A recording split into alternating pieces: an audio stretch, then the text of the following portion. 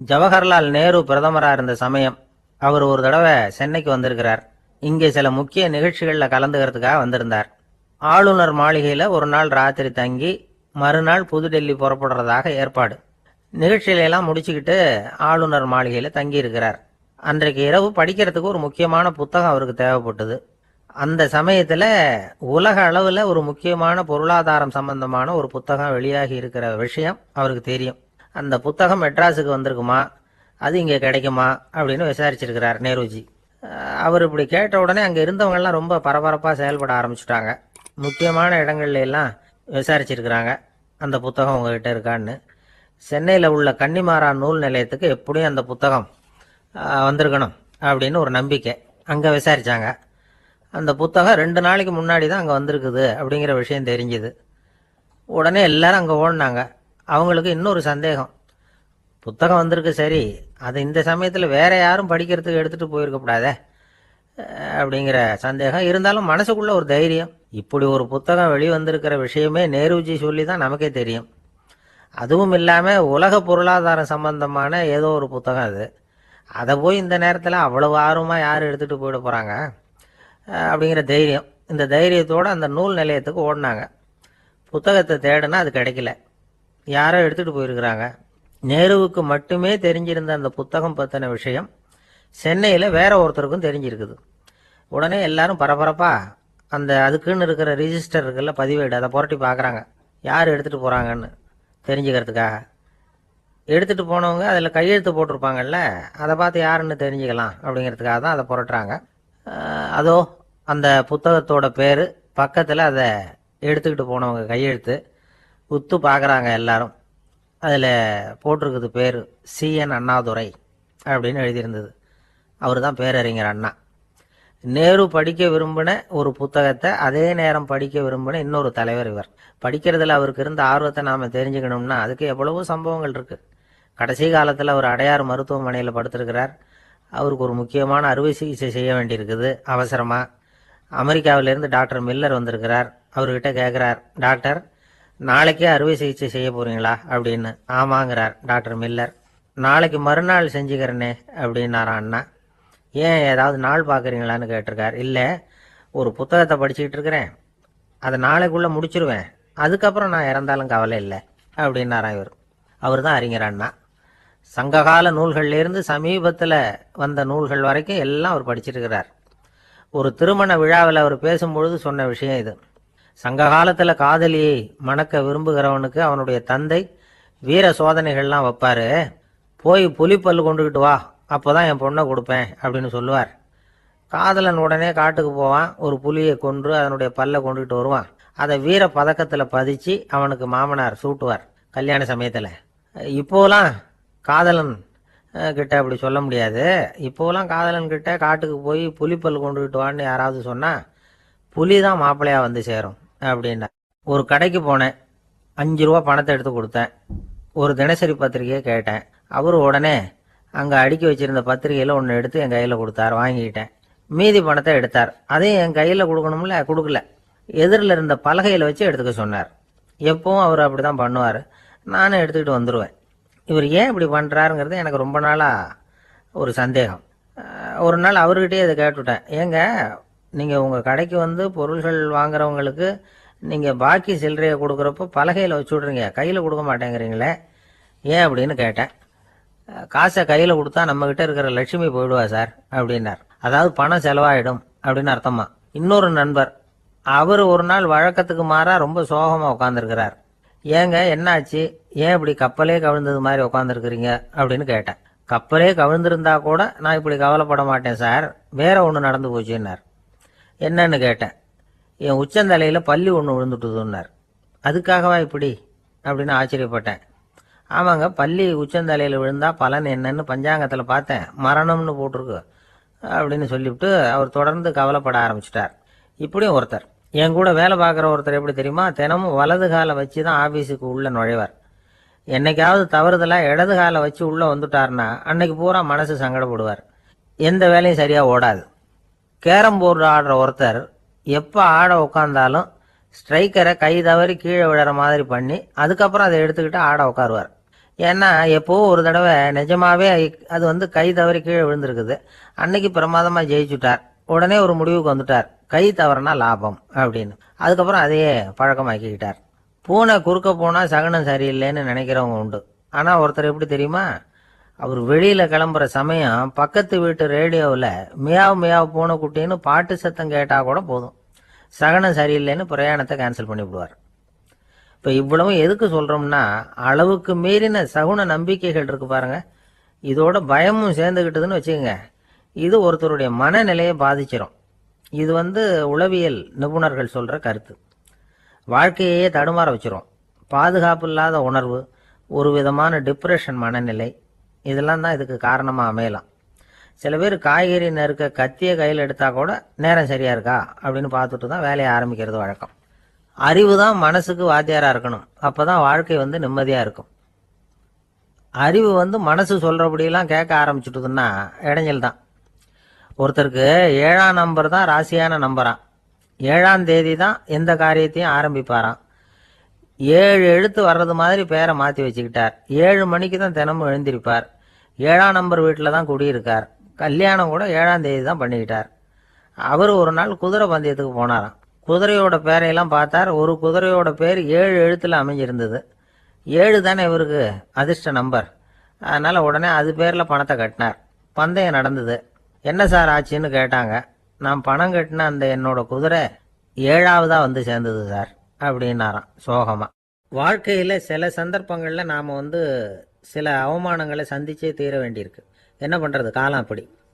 அவமானப்படுறவங்க உடனே அடங்கி போயிடுறது தான் உலக வழக்கம். அவமானப்பட்டால் உடனே சீறி எழறவங்களும் உண்டு. ஆனால் அதையே ஒரு சவாலாக எடுத்துக்கிட்டு முன்னுக்கு வர்றவங்களும் சில பேர் இருக்கிறாங்க. அவங்க ரொம்ப அபூர்வம். இன்றைக்கி மனோதத்துவ நிபுணர்கள்லாம் என்ன சொல்கிறாங்க தெரியுமா, அவமானப்பட்டுட்டா உடனே அடங்கி போயிடக்கூடாதான், அதையே ஒரு சவாலாக எடுத்துக்கிட்டு மனசில் ஒரு வைராக்கியத்தோடு முயற்சி பண்ணினா வாழ்க்கையில் எல்லாரும் முன்னேறலாமா. அவமானங்கிறத நாம் வைராக்கியமாக மாற்றிக்கணும். அதுதான் வெற்றிக்கு வழி. ராமர் இந்த பூமியில் பிறந்ததே ஒரு வைராக்கியத்தினால தான் சார் அப்படின்னார் ஒருத்தர். எப்படிங்க அது அப்படின்னு கேட்டேன். அவர் சொன்னார், தசரதருக்கு ராமர் குழந்தையா பிறக்கணும், அப்போ தான் இங்கே இருக்கிற கஷ்டங்கள்லாம் நீங்கும் அப்படின்னு சர்வ லோகமும் எதிர்பார்த்துக்கிட்டு இருக்குது. ஆனால் அவர் எப்போ பிறப்பார் அப்படின்னு யாருக்கும் தெரியல. அந்த காரியம் சீக்கிரம் நடக்கணுமே, அதுக்கு என்ன பண்ணுறது. நாரதர் வந்தார் ஒரு நாள் தசரதரை தேடி. தசரதா, உனக்கு ஒரு செய்தி தெரியுமான்னு ஆரம்பித்தார். அவர் எப்பவும் இப்படித்தானே ஆரம்பிக்கிறது வழக்கம். என்ன விஷயம்னு கேட்டார் தசரதர். தசரதா, நீ அடிக்கடி உன்னோட தேரில் ஏறிக்கிட்டு தேவலோகத்துக்கு போகிற, அங்கே போகிற வர்ற எல்லாம் பண்ணிகிட்ருக்க, எல்லாம் சரி. தேவலோகத்துலேயும் உன்னை நல்லபடியாக தான் வரவேற்கிறாங்க. தேவேந்திரன் உன்னை பிரியமாக அழைச்சிட்டு போய் தன்னுடைய அரியாசனத்திலேயே தனக்கு பக்கத்திலேயே உட்கார வைக்கிறான். நீயும் சந்தோஷமாக உட்காந்து பேசிவிட்டு வந்துடுற. ஆனால் நீ இங்கே வந்ததுக்கு அப்புறம் அங்கே என்ன நடக்குது தெரியுமா உனக்கு அப்படின்னாரான் நாரதர்.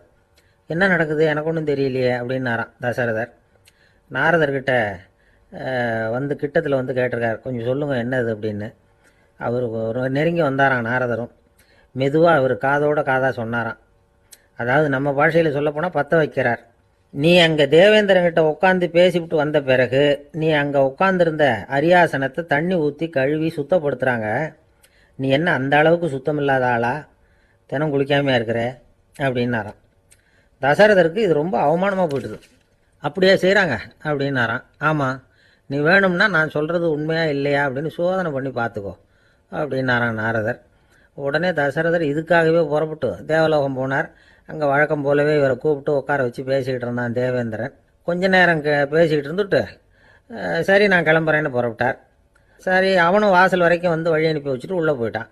தசரதர் வெளியில் கொஞ்சம் நேரம் மறைஞ்சி இருந்துட்டு மெதுவாக உள்ளே எட்டி பார்த்தார் என்ன நடக்குதுன்னு. நாரதர் சொன்னது உண்மைதான். தசரதர் உட்காந்துருந்த ஆசனத்தை அங்கே 2 தேவர்கள் கழுவி சுத்தப்படுத்திக்கிட்டு இருக்கிறாங்க.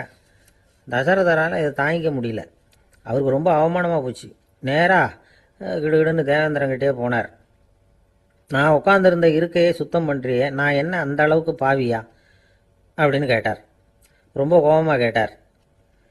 தசரதரே, மனுஷனுக்கு 3 கடன்கள் உண்டு. தேவ கடன், ரிஷி கடன், பித்ரு கடன். இதை தீர்க்காதவன் பாவியாகிறான். இதில் மகனை பெறுவதால் தான் பித்திரு கடன் தீரும். உனக்கு மகன் கிடையாது, அதனால் நீ பாவியாகிற. பாவி உட்கார்ந்துருந்த இடம்ங்கிறதுனால அதை சுத்தம் செய்ய வேண்டியது எங்கள் கடமை அப்படின்னு நானும் தேவேந்திரன். இந்த இடத்துல தசரதருக்கு ஏற்பட்ட அவமானம் ஒரு வைராக்கியமாக மாறிச்சு. தேவேந்திரனே கேட்டுக்கோ, ஒரு மகனை பெற்ற பிறகு தான் இந்த சபையில் மறுபடியும் அடி எடுத்து வைப்பேன் அப்படின்னு சொல்லிவிட்டு போயிட்டாரான். போய் புத்திர காமேஷ் யாகம் பண்ணார், புத்திரர்கள் பிறந்தார்கள்.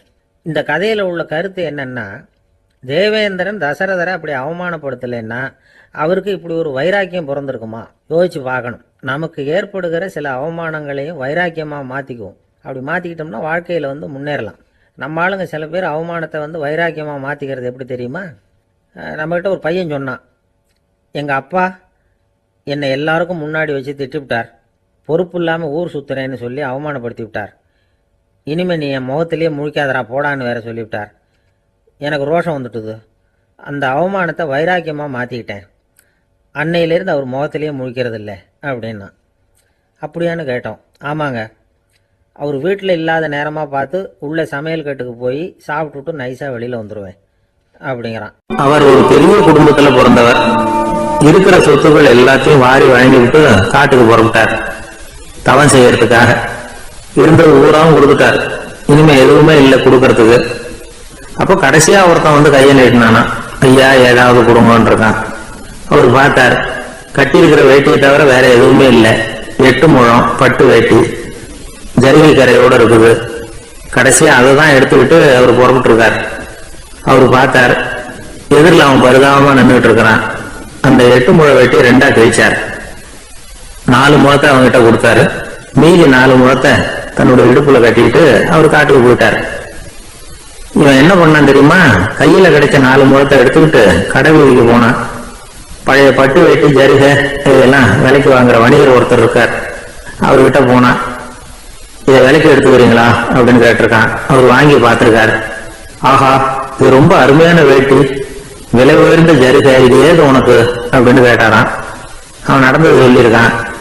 அப்படின்னா ஒண்ணு செய்ய, இந்த வேட்டியோட இன்னொரு பாதியையும் மெதுவா வாங்கிட்டு வந்துரு, உனக்கு நிறைய பணம் தர்றேன் அப்படின்னாரான் அந்த வணிகர்.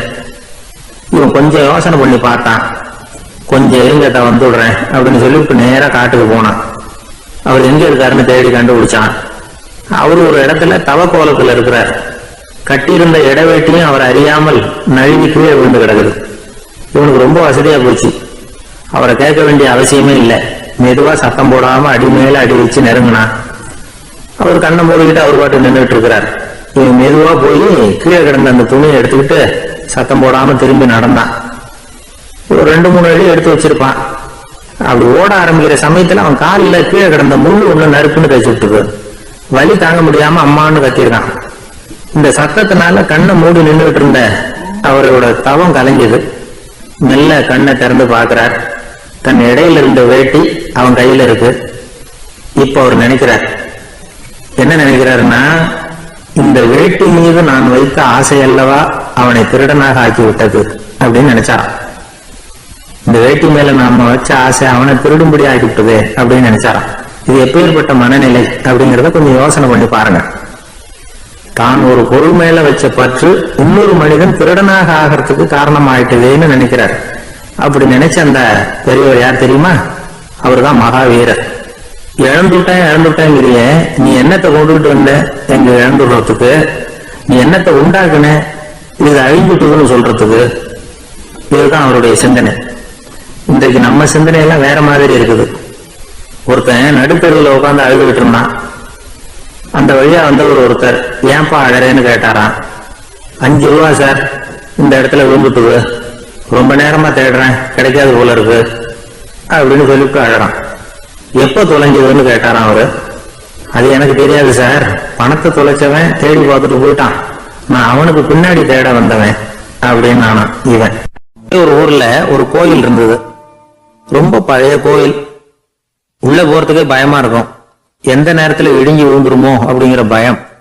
அப்படி இருந்ததுனால யாரும் துணிஞ்சு சாமி கும்பிடுறதுக்கு அங்க போறதில்ல. கோயிலுக்கு வர்ற கூட்டம் கொஞ்சம் கொஞ்சமா குறைய ஆரம்பிச்சுட்டுது. கோயில் நிர்வாகிகள் எல்லாரும் கூடி உட்காந்து பேசினாங்க. என்ன பண்ணலாம்னு யோசனை பண்ணாங்க. எந்த இடம் மோசமா இருக்கோ அந்த இடத்த பழுது பார்த்தாங்க. அங்க எங்க வர்ணத்தை பூசி கொஞ்சம் அழகுபடுத்தி பார்த்தாங்க. ஏதோ இந்த ஊர்ல கோயில்னு ஒண்ணு இருக்கு, அது மக்களுக்கு தெரியணும் அப்படிங்கிறதுக்காகத்தான் அப்படிலாம் பண்ணாங்க. இருந்தாலும் கோவில் இருக்கிற நிலைமை மக்களுக்கு தெரியும், அதனால அங்க வர்றது குறைச்சிக்கிட்டாங்க அவங்க. ஒரு கட்டத்துல யாருமே வர்றதில்லை, நிலைமை அந்த அளவுக்கு ஆயிட்டுது. மறுபடியும் கோவில் நிர்வாகிகள் கூட்டம் நடந்தது. இந்த கூட்டம் கூட கோயிலுக்கு உள்ள நடக்கல, இடிஞ்சு விழுந்துருவோங்கிற பயம். அதனால வெளியில தான் உட்காந்து கூட்டத்தை நடத்தினாங்க. ஏன்னா உள்ள போறதுக்கு அவங்களுக்கும் துணிச்சல் கிடையாது, எந்த நேரமும் விழுந்துரும் போல இருந்தது. அது வழியா போறவங்க கூட வேகமா அந்த இடத்தை கடந்து போக ஆரம்பிச்சுட்டாங்க. கோவில் நிர்வாகிகள் வெளியில உட்காந்து கூட்டம் போட்டாங்க இல்லையா, அந்த கூட்டத்துல 4 தீர்மானங்களை நிறைவேற்றினாங்க. அது என்ன 4 தீர்மானம்னா, முதல் தீர்மானம், இந்த கோவிலை இடிப்பது அப்படிங்கிற முடிவை இந்த கமிட்டி மிகவும் வருத்தத்துடன் ஏற்றுக்கொள்ளுகிறது அப்படின்னு நிறைவேற்றினாங்க. இதுக்கு பதிலா இன்னொரு கோவிலை உடனடியாக கட்டி முடிச்சுடணுங்கிறது 2வது தீர்மானம். 3வது தீர்மானம் என்ன தெரியுமா, பழைய கோவிலின் கதவுகள், அதிலிருந்து பிரிச்சு எடுக்கிற செங்கல், இதையே புது கோவில் கட்டுவதற்கு பயன்படுத்திக் கொள்ள வேண்டியது. பழைய கோவில் இருந்த மாதிரியே அதே வடிவத்துல புது கோவிலையும் கட்ட வேண்டியது. பழைய கோவிலின் அஸ்திவாரத்தை அப்படியே வச்சுக்கிட்டு அதுக்கு மேல நாம கோயிலை கட்டிக்க வேண்டியது. இதுதான் 3வது தீர்மானம். இதையும் கமிட்டி முழு மனசோட ஏத்துக்கிட்டது. இது வரைக்கும் சரி. இப்ப அந்த கமிட்டி 4வதா ஒரு முக்கியமான தீர்மானத்தை கொண்டுகிட்டு வந்து அதையும் ஏகமனதா நிறைவேற்றி விட்டது. அது என்ன தீர்மானம்னா, புதிய கோவில் கட்டி முடிக்கிற வரைக்கும் பழைய கோவிலை இடிக்கிறதில்லை அப்படிங்கிற தீர்மானம். எப்படி இருக்குது பாருங்க இது. பழசை இடிக்காத வரையில அதே இடத்துல புதுசா எப்படி கட்ட முடியும்? பல விஷயங்கள்ல நாம நடந்துகிற முறையும் இப்படிதான் இருக்குதான். வாழ்க்கையில முன்னேறணும்னு ஆசைப்படுவோம், அதே நேரத்துல அந்த முன்னேற்றத்துக்கு எது தடையா இருக்கோ அதை விட்டு விடுறதுக்கும் மனசு வராது. வெளிநாட்டுல ஒரு பெரிய விருந்து நடந்துகிட்டு இருந்துதான். எல்லாரும் மது கோப்பையும் கையுமா அலைஞ்சுகிட்டு இருக்கிறாங்க.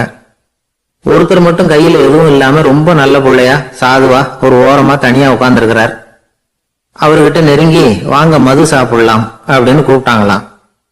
என்ன வற்புறுத்தாதீங்க, நான் என் மனசுக்குள்ள உறுதியா தீர்மானம் பண்ணிவிட்டேன் அப்படின்னாராம். என்ன தீர்மானம் பண்ணிருக்கீங்க அப்படின்னு கேட்டிருக்காங்க.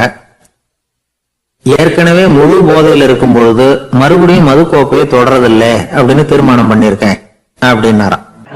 ஒரு ஊர்ல ஒரு ஆள் இருந்தான், நிறைய பணம் சேர்த்தான். அவனுக்கு சம்பாதிக்க தெரியுமே தவிர செலவு பண்ண தெரியாது, மகா கஞ்சன். காசை கையில எடுக்கவும் மாட்டான், எடுத்தா செலவு செய்ய வேண்டியிருக்குமே. அதனால இப்படியே அவன் காலத்தை ஓட்டி விட்டான். வயசாயிட்டது.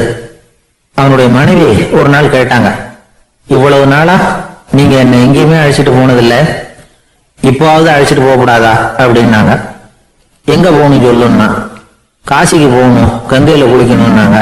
இவன் பார்த்தான், இதுக்கு ஏன் அவ்வளவு தூரம் செலவு பண்ணிட்டு போகணும், நம்ம ஊர் ஆத்திலேயே குளிக்கலாமே, இதுவும் புண்ணிய நதி தான், இங்க குளிச்சா அங்க குளிச்ச பலன் கிடைச்சிரும் அப்படின்னா. சரின்னு 2 பேருமா ஆத்தங்கரைக்கு போனாங்க. அன்னைக்கு ஏதோ விசேஷம், நிறைய கூட்டம், நிறைய பேர் குளிச்சுக்கிட்டு இருக்கிறாங்க. கரையில சில புரோகிதர்கள் நின்றுகிட்டு இருக்கிறாங்க. குளிக்கிறதுக்கு முந்தி அவங்க கிட்ட உட்காந்தா ஏதோ மந்திரம்லாம் சொல்லுவாங்க, கொஞ்சம் காசு கொடுக்க வேண்டியிருக்கும். அதனால இவன் என்ன பண்ணா, ஆத்தங்கரையிலேயே கொஞ்சம் தூரம் போனான். ஊரை விட்டு தள்ளி வந்துட்டான், அங்க யாருமே இல்லை.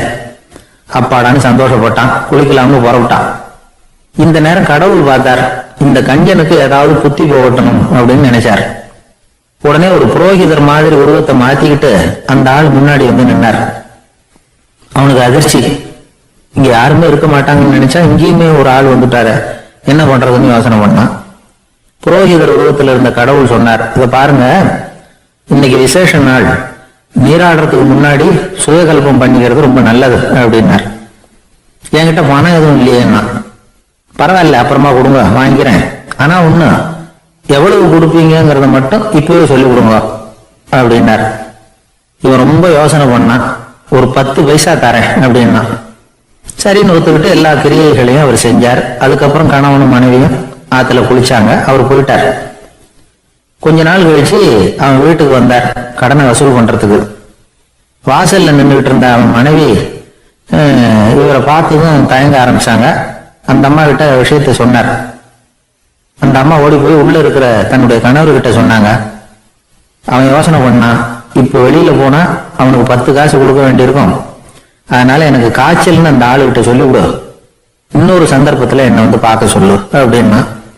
அந்த அம்மா போய் சொன்னாங்க. அப்படிங்களா? அப்படின்னா அவரை நான் உடனே போய் பார்க்கணுமே அப்படின்னு உள்ள நுழைய ஆரம்பிச்சார். அவங்க மறுபடியும் இருங்க அதை வரேன்னு சொல்லிட்டு உள்ள ஓடி விஷயத்த சொன்னாங்க. இது ஏதுடா வம்பா போச்சு அப்படின்னு பார்த்தான்.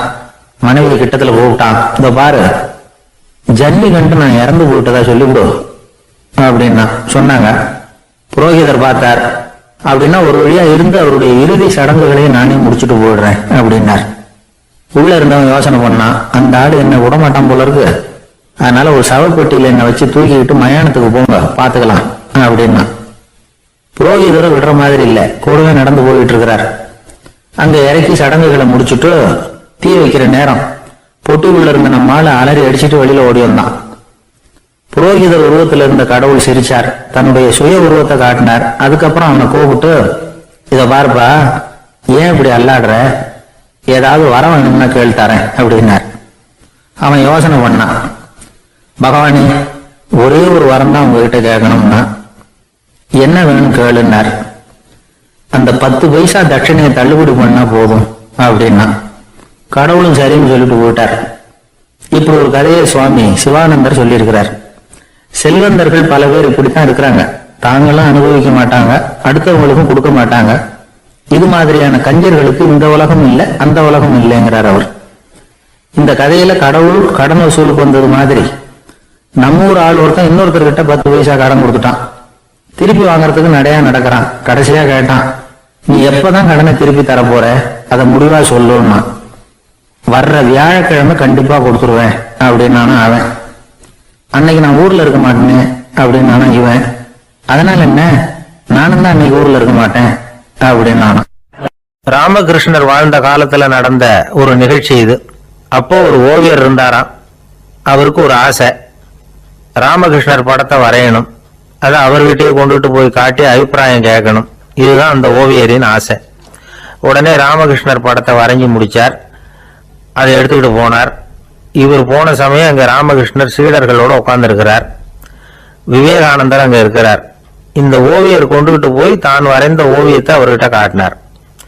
ராமகிருஷ்ண பரமஹம்சரின் ஓவியத்தை ராமகிருஷ்ணர்கிட்டயே காட்டுறார். ராமகிருஷ்ணர் என்ன பண்ணார் தெரியுமா, அந்த படத்தை பார்த்தார். உடனே அது காலை தொட்டார்.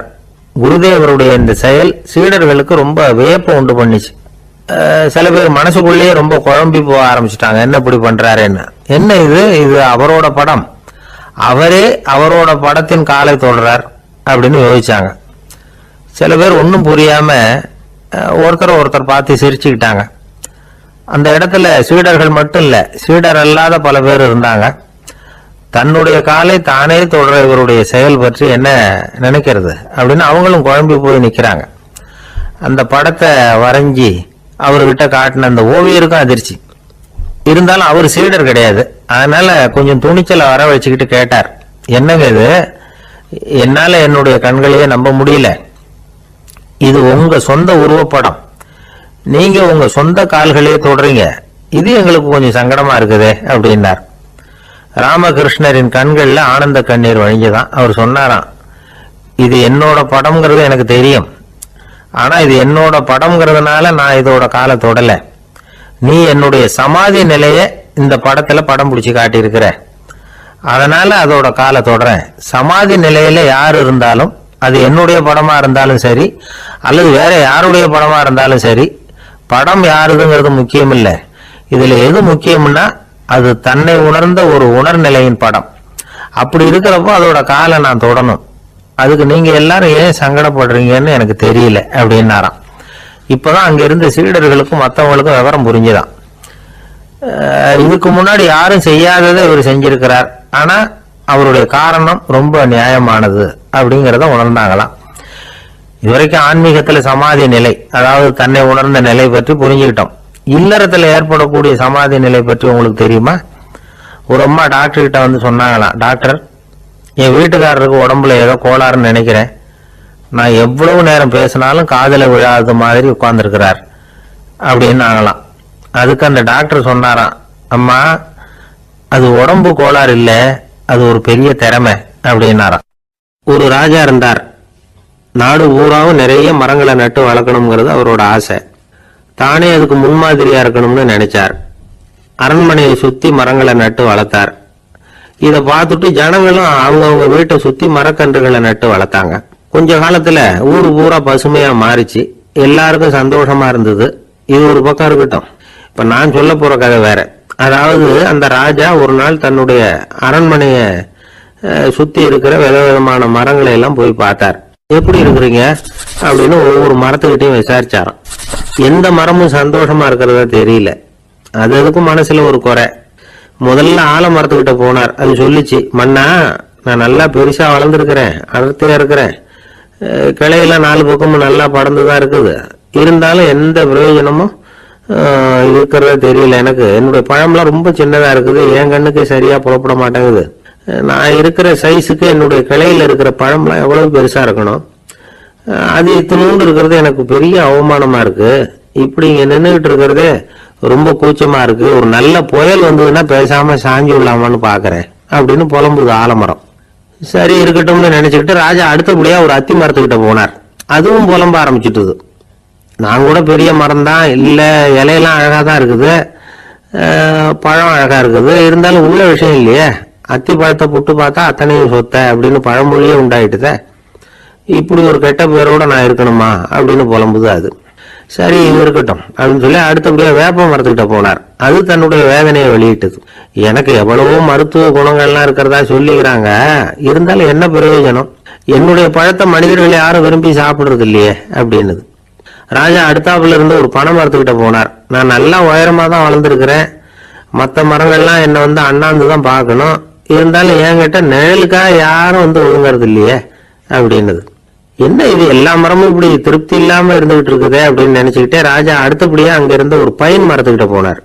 அழகா உயரமா பசுமையா தான் இருந்தது, ஆனா பழமோ பூவோ கிடையாது. அதை நினைச்சு அது வருத்தப்பட்டுக்கிட்டு இருக்குது. ஓக் மரம் அது நின்றுட்டு இருந்தது. அது என்ன சொல்லிச்சுன்னா, இலையுதிர் காலத்துல என் மேல இருக்கிற எல்லா இலைகளும் உதிர்ந்து போடுது, முடி கொட்டின மனிதர்கள் மாதிரி மொட்டையா நான் நிக்க வேண்டி இருக்குது, என்ன வாழ்க்கை இது அப்படின்னு சொல்லி அழுத்துக்கிட்டது. சரி புளிய மரம் என்ன சொல்லுது பாப்போம்னு அதுகிட்ட போனா, என்னுடைய நிழல்ல யாருமே தங்க மாட்டாங்க, உடம்புக்கு சூடுன்னு ஒதுங்கி போயிடுவாங்க, அடிமரத்தை பாத்தீங்கன்னா பட்டையெல்லாம் உறிஞ்சி பாக்குறதுக்கே கேவலமா இருப்பேன் அப்படின்னுது அது. முருங்கை மரம் என்ன சொல்லிச்சு தெரியுமா, என்னுடைய இலை காயெல்லாம் சாப்பிடுறவங்களுக்கு சத்து கொடுக்கறது வாசம் தான், ஆனா என் உடம்புல சத்தே கிடையாது, கொஞ்சம் வேகமா காத்து அடிச்சதுன்னா முறிஞ்சு விழுந்துடுறேன், என்ன வாழ்க்கை இது அப்படின்னு சொல்லி அது வருத்தப்பட்டது. ராஜா யோசனை பண்ணார், என்ன இது மரங்கள் வந்து பூமியின் வரங்கள்னு சொல்றோம், மழை பெய்யறதுக்கு அதுதான் காரணம், பூமி செழிப்பா இருக்கிறதுக்கும் அதுதான் காரணம், வீடு கட்டுறதுக்கு மரம், நாற்காலி செய்ய உபயோகப்படுத்துறதுக்கும் அதுதான் உபயோகப்படுது, மனுஷனுக்கு வேண்டிய ஆகாரங்களையும் கொடுக்குது, இப்படிலாம் இருந்து எல்லா மரமும் நிம்மதி இல்லாம இருந்துகிட்டு இருக்குதே அப்படின்னு நினைச்சார். அப்போ அங்க இருந்து ஒரு மகிழ மரம் அவர் கண்ணுல பட்டது. அந்த மரம் மட்டும் கொஞ்சம் நிம்மதியா மகிழ்ச்சியா இருக்கிறது மாதிரி தெரிஞ்சுது. உடனே ராஜா அதுகிட்ட போனார். உனக்கு மனசுல எதுவும் குறை இல்லையான்னு கேட்டார். இல்ல நான் சந்தோஷமா தான் இருக்கேன்னு அந்த மகிழ மரம். அப்படியான்னு ஆச்சரியமா கேட்டார் ராஜா. ஆமா மன்னா, இந்த இடத்துல நீங்க ஒரு முருங்கை மரத்தையோ வேப்ப மரத்தையோ கூட நட்டிருக்கலாம், ஆனா இந்த இடத்துல நடுறதுக்கு என்ன தேர்ந்தெடுத்திருக்கிறீங்க, அதுவே எனக்கு பெருமை, அதுவே எனக்கு திருப்தி அப்படின்னு தான் மகிழ மரம். மகிழ மரம் சாதாரணமா தான் இருக்கும், இளம் மஞ்சள் நிறத்துல பூக்கள், அது காய்ந்தும் மனம் வீசும். மகிழ மரம் மாதிரி மன திருப்தியோட வாழறதுக்கு நாம கத்துக்கணுமா. நாம இந்த உலகத்துல ஒரு நாயாவோ நரியாவோ கூட பிறந்திருக்கலாம், மனுஷனா பிறந்திருக்கிறோம், அதுவே பெருமை தானே. இந்த நிறைவு தான் மகிழ்ச்சியின் ரகசியம். ஒரு பையன் அப்பா கிட்ட போய், அப்பா நீங்க இந்த உலகத்துல ஒரு மனுஷனா பிறந்தது என்னோட அதிர்ஷ்டம் நானா. ஏண்டா அப்படி சொல்றேன்னு இருக்காரு அப்பா. நீங்க ஒரு கரடியா பிறந்திருந்தா இந்நேரம் நானும் ஒரு கரடி குட்டியா தானே இருந்திருப்பேன் அப்படின்னு நானா பையன். தேசத்து மேலையும் தாய்மொழி பேர்லையும் செலுத்துற அன்புக்கு அபிமானம்னு பேரு, தேசாபிமானம்னு சொல்றமே இதுதான். ஒரு கணவன் மனைவி பேர்ல காட்டுற அன்புக்கு காதல்னு பேரு, கடவுள் பேர்ல செலுத்துற அன்புக்கு பக்தின்னு பேரு. இப்படி அன்புல பல ரகம் இருக்கிறப்போ அதுல உள்ள வித்தியாசம் தெரியாம இடம் மாத்தி அன்பு காட்டினா இடைஞ்சல் தான். சரி, இந்த அன்பை பத்தி விஞ்ஞானம் என்ன சொல்லுது தெரியுமா? இதயத்தை பாதுகாக்கிறதுக்கு முக்கியமா தேவைப்படுற ஒண்ணு இந்த அன்புதான்னு சொல்லுது. நெதர்லாந்து விஞ்ஞானிகள் இதை ஆராய்ச்சி பண்ணியே கண்டுபிடிச்சிருக்கிறாங்க. கொஞ்சம் முயல் குட்டிகளை 2 பிரிவா பிரிச்சாங்க. 2 குரூப்புக்கும் கொழுப்பு அதிகமா உள்ள ஆகாரத்தையே கொடுத்துட்டு வந்தாங்க. ஆனா ஒரு குரூப்புக்கு வெறுமன ஆகாரத்தை கொடுத்ததோட சரி, இன்னொரு குரூப் முயல்களுக்கு ஆகாரம் கொடுத்ததோட நிறுத்திக்கல. அதுக்கு முன்னாடி கூண்டுகளை திறந்து விட்டு முயல்களை கொஞ்ச நேரம் எடுத்து கொஞ்சி விட்டு அதுக்கப்புறமா ஆகாரம் கொடுத்தாராம் ஆராய்ச்சியாளர். இந்த குரூப்புக்கு இதய பாதிப்பு 60% குறைச்சலா இருந்ததுதான். சில நோயாளிகளுக்கு ஹார்ட் அட்டாக் வந்தாலும் அதை தாங்கிக்கிட்டு குணமாகிற சக்தி அதிகமா இருக்குது. இது எப்படின்னு ஆராய்ச்சி பண்ணி பார்த்திருக்கிறாங்க. அவங்க எல்லாம் மனைவி தன் பேர்ல ரொம்ப அன்பா இருக்கிறதாக நினைக்கிறவங்களா இருக்கிறாங்களாம். இதய நோயாளிகள் பல பேரை சந்திச்சு இதய நோய் ஏற்பட என்ன காரணம்னு கேட்டிருக்கிறாங்க. அவங்க சொன்ன காரணம்லாம் சாப்பாடு சம்பந்தமா இல்லையா, மனைவி அன்பா இல்ல, இப்படிப்பட்ட காரணத்தை தான் சொல்றாங்களாம். அதனால இதயத்தை பாதுகாக்கணும்னு நினைக்கிறவங்க அடுத்தவங்க அன்பா இருக்கிறது மாதிரி பாத்துக்கோங்க, அதுதான் முக்கியம். ஒருத்தர் முகம் பூரா பிளாஸ்டரி போட்டுட்டு வந்தார், ரொம்ப கோபமா. என்னங்க ஆச்சுன்னு விசாரிச்சேன். எல்லாம் உங்களாலதான் சார்னார். விவரமா சொல்லுங்களேன்னு. உங்க